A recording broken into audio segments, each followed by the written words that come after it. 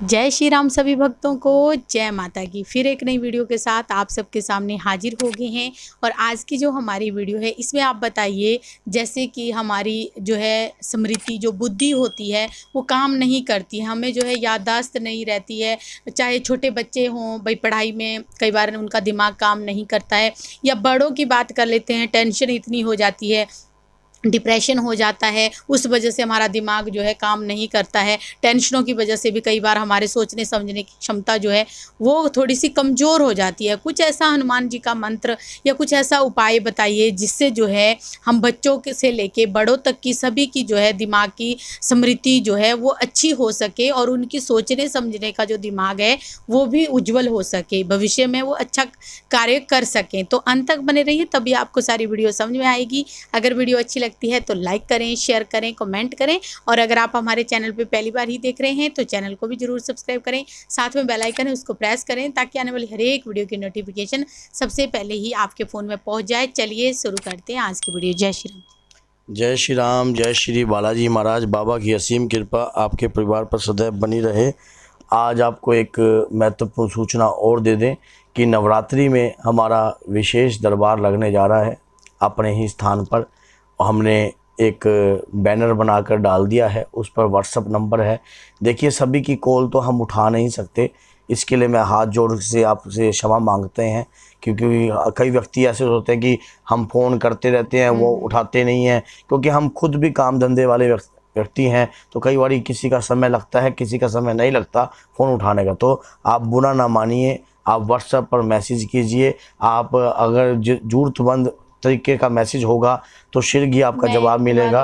Record करके छोड़ दोगे तो ज़्यादा जल्दी हाँ, अच्छा रिकॉर्ड करके छोड़ दीजिए थोड़ा सा उससे। और नवरात्रि में आप आकर हमसे मिल सकते हो। नवरात्रि में हमारे स्थान पे आपको बता दिया जाएगा। हमारे जो स्थान की जो जगह है बहुत छोटी है, तो वो भी फुल हो जाती है। तो इसलिए हम जो व्यक्ति जुड़ के आते हैं उन्हीं को, इसीलिए उतने ही लोगों को बुलाते हैं।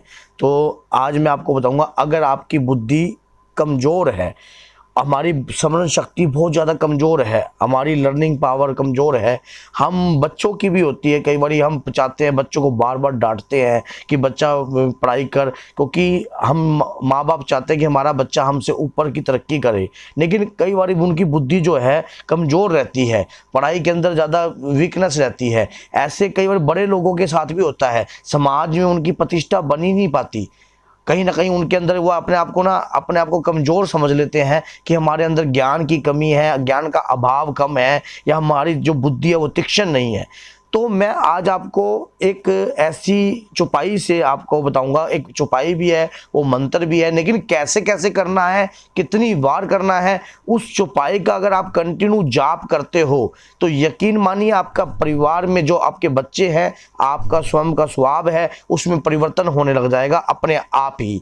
आपने करना क्या है, उस चौपाई को 381 बार एक दिन के अंदर गाना है। कम से कम 381 बार उस मंत्र का जाप करना है आपने।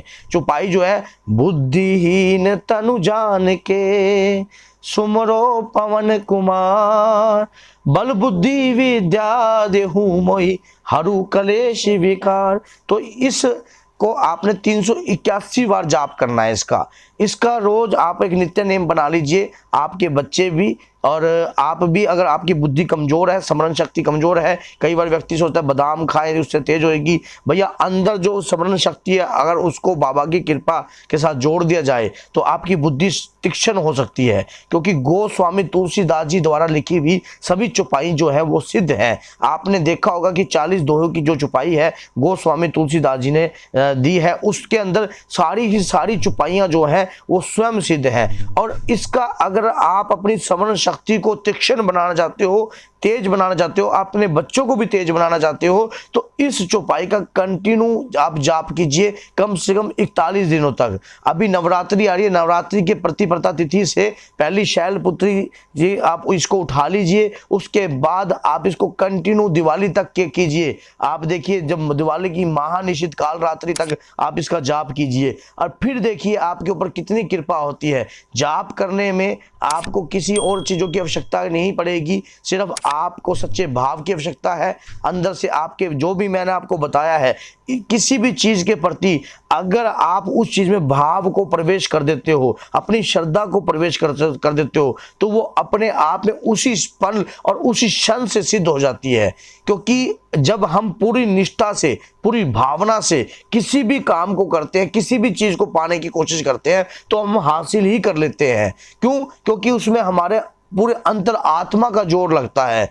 तो यही बात है, इस चौपाई को आप एक दिव्य मंत्र मानकर इसका जाप कीजिए। और जब भी आप पेपरों में आपका बच्चा पढ़ने जाता है, उसको यही कहिए सिर्फ इसका 11 बार इस चौपाई का जाप करे। जो भी उसकी समझ शक्ति तेज होने लग जाएगी, पढ़ाई में वह स्वयं तेज होने लग जाएगा। इस प्रकार की बार बार रिक्वायरमेंट आ रही थी इस वीडियो की कि बच्चे पढ़ाई में कई बार नालायक होते हैं, स्मरण शक्ति बहुत कमजोर होती है, याददाश्त बहुत कमजोर होती है। हमारी याददाश्त भी कई बार कमजोर होती है, हम कोई चीज रख देते हैं, उसकी हमें बाद में हमें ये नहीं आती कि हमने वो चीज कहाँ रखी थी। इससे, क्योंकि हनुमान जी के पास अष्ट सिद्धियां हैं और नव निधियां हैं।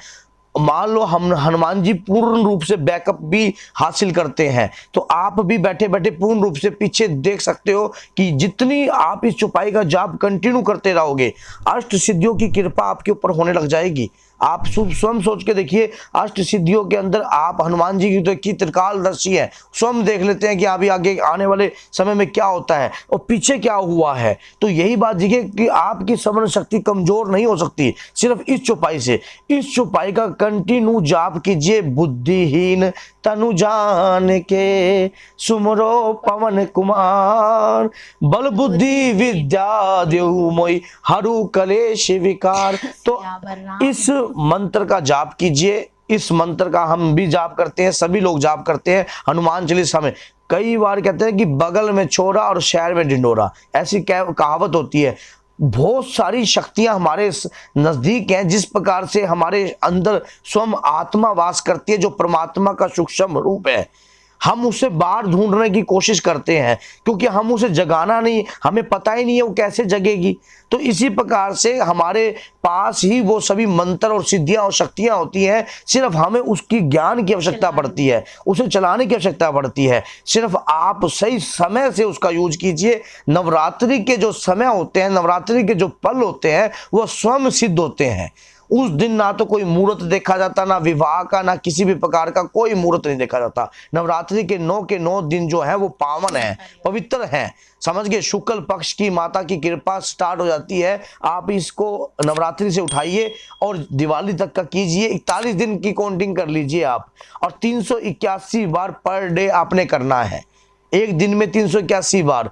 उसके बाद आपकी इच्छा है, अगर आप रोज कर सकते हो तो रोज कीजिए। फिर उसके बाद जो आप रोज 108 बार कीजिए।